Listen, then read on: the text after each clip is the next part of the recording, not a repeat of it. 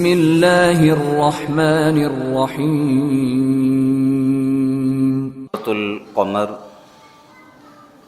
آیت نمبر 17۔ اللہ رب العالمین ارشاد فرماتا ہے وَلَقَدْ يَسَّرْنَا الْقُرْآنَ لِلذِّكْرِ، اور ضرور بے شک ہم نے قرآن کو نصیحت کے لیے آسان کر دیا۔ فَهَلْ مِن مُدَّكِرٍ، تو ہے کوئی نصیحت حاصل کرنے والا۔ ذکر نصیحت کو بھی کہتے ہیں، ذکر یاد کو بھی کہتے ہیں۔ جیسے قرآن میں اللہ کا فرمان ہے فَاذْكُرُونِی، میرا ذکر کرو یعنی میری یاد کرو، مجھے مت بھولو۔ اس نے پچھلی آیات میں ہم یہ آیت کریمہ سن چکے وَذَكِّرْ فَإِنَّ الذِّكْرَ تَنفَعُ الْمُؤْمِنِينَ، آپ نصیحت کیجئے، بے شک نصیحت کرنا ایمان والوں کو فائدہ پہنچاتا ہے، فائدہ دیتا ہے۔ اس قرآن کے ذریعے نصیحت کیجئے۔ تو قرآن کریم فرقان حمید نصیحت حاصل کرنے کے لیے اللہ نے آسان فرما دیا ہے۔ ان میں جو واقعات بیان کیے گئے ہیں، اگر انسان ان واقعات کو پڑھے سمجھے تو اس کے دل کی آنکھیں روشن ہو جائیں اور یہ آرام سے نصیحت حاصل کر سکتا ہے۔ تو اس آیت کریمہ میں ذکر کے ایک معنی تو ہیں نصیحت۔ وَلَقَدْ يَسَّرْنَا الْقُرْآنَ لِلذِّكْرِ فَهَلْ مِن مُدَّكِرٍ، اور ضرور بے شک ہم نے قرآن کو نصیحت کے لیے آسان کر دیا، تو ہے کوئی نصیحت حاصل کرنے والا۔ دوسرا ذکر کے معنی یاد۔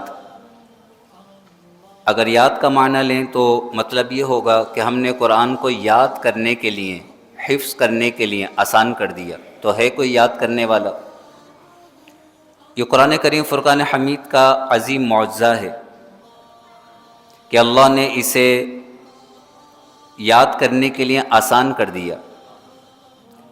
توریت، زبور، انجیل، پچھلی جو کتابیں ہوتی تھیں وہ صرف انبیاء ہی کو یاد ہوتی تھیں، باقی علماء اور لوگ پڑھتے تھے لیکن یاد نہیں کر پاتے تھے۔ حضور علیہ السلام کی امت کو یہ خوشخبری دی گئی، اللہ نے حضور سے یہ فرمایا کہ میں تمہاری امت میں ایسے لوگ پیدا کروں گا جن کے دل اناجیل ہوں گے، یعنی جس طرح پچھلے انبیاء کو انجیل یاد ہوتی تھی، آپ کے امتیوں کو قرآن یاد ہوگا۔ یہی وجہ ہے کہ عربی ہو کہ عجمی ہو، کسی بھی زبان سے تعلق رکھتا ہو، وہ جب قرآن کھول کر اسے یاد کرنے کے لیے کوشش کرتا ہے تو اللہ اس قرآن کو اس کے دل میں محفوظ کر دیتا ہے۔ حضرت انس رضی اللہ تعالی عنہ آپ فرماتے ہیں کہ حضور علیہ السلام نے ارشاد فرمایا اللہ تبارک و تعالی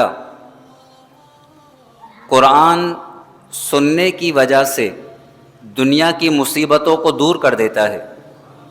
سننے کی وجہ سے، قرآن سننے کی وجہ سے دنیا کی مصیبتوں کو دور کر دیتا ہے، اور قرآن پڑھنے کی وجہ سے آخرت کی مصیبتوں کو دور فرمائے گا۔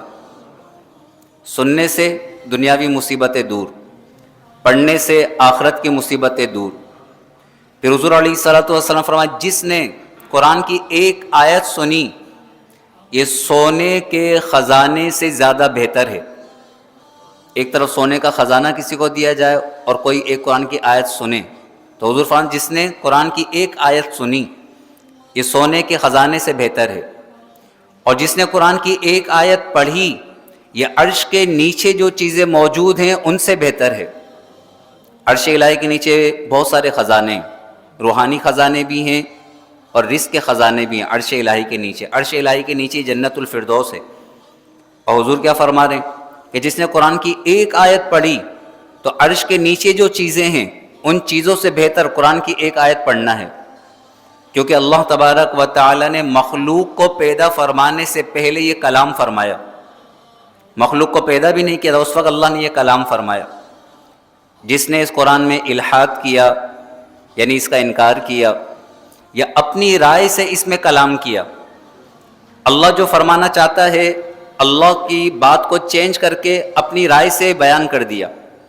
تفسیر کا مطلب کیا ہوتا ہے؟ تفسیر کا مطلب ہوتا ہے اللہ کی مراد کو بیان کرنا۔ ایسا نہیں کہ قرآن کی آیت انسان عربی میں پڑھے اور پھر اس کے ذہن میں جو آیا وہ بیان کر دے، یہ نہیں۔ اللہ تبارک و تعالی اپنے کلام میں جو بیان فرمانا چاہتا ہے، جو معنی اللہ کے رسول نے، صحابہ نے سمجھے ہیں، جو مفسرین نے بیان کیے، انسان وہی بیان کر سکتا ہے۔ یہ نہیں کہ قرآن کی آیت پڑھے وہ بولے کہ اللہ یہ فرما رہا ہے، نہیں، اللہ کی جو مراد ہے انسان وہی بیان کرے۔ اس لیے حضور نے فرمایا جس نے قرآن میں اپنی رائے سے کلام کیا تو اس نے کفر کیا، یہ حضور کا فرمان ہے۔ حضور علیہ الصلوۃ والسلام نے فرمایا اگر اللہ تبارک و تعالی قرآن کو لوگوں کی زبانوں پر جاری نہ فرماتا، آسان نہ فرماتا لوگوں کی زبانوں پر، تو کسی میں یہ طاقت نہیں تھی کہ وہ اللہ کے کلام کو اپنی زبان سے ادا کر سکتا۔ یہ کلام الہی ہے، اگر پہاڑ پر نازل ہو پہاڑ ریزہ ریزہ ہو جائے، یہ تو اللہ نے ہماری زبانوں پر اسے جاری فرما دیا اپنے کلام کو، کلام الہی کو۔ حضور فرماتا ہے اگر اللہ قرآن کو لوگوں کی زبان پر آسان نہیں فرماتا تو کوئی اس کا تلفظ نہیں کر پاتا، کوئی اللہ کے کلام کو اپنی زبان سے ادا نہیں کر پاتا۔ پھر حضور علیہ الصلوۃ والسلام قرآن کی یہی آیت پڑھی، اللہ فرماتا ہے وَلَقَدْ يَسَّرْنَا الْقُرْآنَ لِلذِّكْرِ فَهَلْ مِن مُدَّكِرٍ، اور ضرور بے شک ہم نے قرآن کو نصیحت کے لیے یا پھر یاد کرنے کے لیے آسان کر دیا، تو ہے کوئی نصیحت حاصل کرنے والا، ہے کوئی قرآن کو یاد کرنے والا۔ کذبت عاد، عاد نے جھٹلایا، قوم عاد سب سے زیادہ طاقتور قوم گزری ہے جسمانی اعتبار سے۔ آدم علیہ السلام سے اب تک جتنی قومیں گزری ان قوموں میں سب سے زیادہ جسمانی اعتبار سے طاقتور قوم عاد، بڑے لمبے لمبے قد، کہا گیا کہ ان کے جو درمیانی قد تھے 50 سے 60 فٹ کے یہ ہوتے تھے، 50 فٹ 60 فٹ یہ ان کے درمیانی قد تھے، کہاں ہم 6 فٹ کے ہوں، کہاں یہ 50-60 فٹ کے انسان ہوتے تھے، بہت زیادہ طاقتور تھے۔ قرآن نے انہیں تشبیہ دی ہے کھجور کے تنوں سے، جیسے کھجور کے تنے ہوتے ہیں لمبے لمبے، ایسے ان کے جسم تھے۔ طاقت کی وجہ سے انہوں نے حضرت ہود علیہ الصلوۃ والسلام کا انکار کر دیا۔ ہود علیہ الصلوۃ والسلام نے اللہ کے عذاب سے ڈرایا تو طاقت کے نشے میں کہنے لگے عذاب لے آئیے، کہاں ہے عذاب؟ اللہ فرماتا ہے کذبت عاد، عاد نے جھٹلایا ہود علیہ الصلوۃ والسلام کو، فکیف کان عذابی ونذر، تو میرا عذاب اور میرا ڈرانا کیسا تھا؟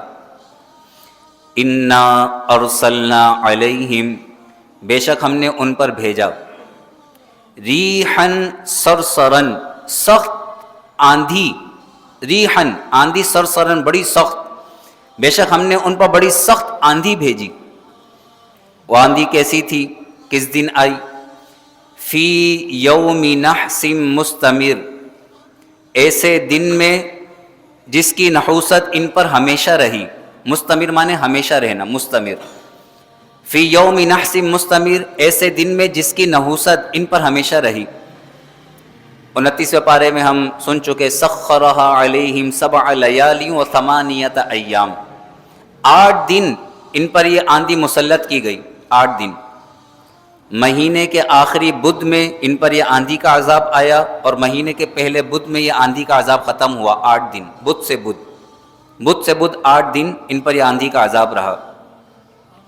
قرآن نے فرمایا کہ جس دن ان پر عذاب آیا وہ دن ان کے لیے بڑا منحوس دن تھا، نحسن، نحسن کے معنی نحوست والا، فی یوم نحسن، ایسے دن میں جس کی نحوست مستمر ان پر ہمیشہ رہی۔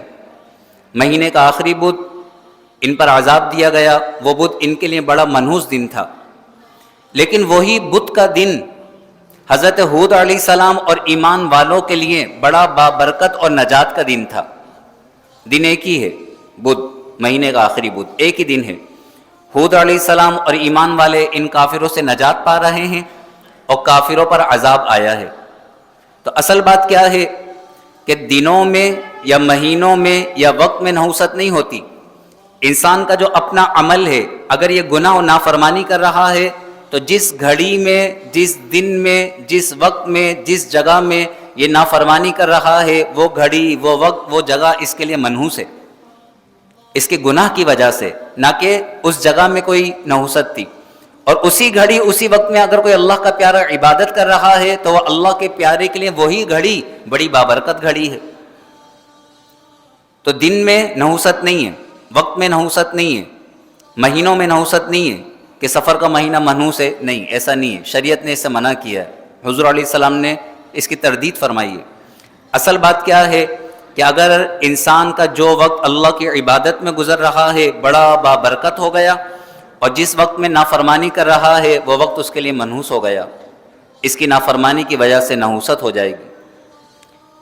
انا ارسلنا علیہم ریحا صرصرا، بے شک ہم نے ان پر بڑی سخت آندھی بھیجی، فی یوم نحس، ایسے دن میں جس کی نحوست مستمر ان پر ہمیشہ رہی، عذاب سے ہلاک کر دیے گئے۔ تنزع الناس، وہ آندھی انہیں اکھاڑ کر پھینکتی تھی، تنزع الناس، ان لوگوں کو اکھاڑ کر پھینکتی تھی۔ آندھی کا عذاب آیا، یہ ہاتھ میں ہاتھ دے کر کھڑے ہو گئے اور کہنے لگے آندھی ہمارا کچھ نہیں بگاڑ سکتی، ہاتھ میں ہاتھ دے کر کھڑے ہو گئے مضبوطی کے ساتھ۔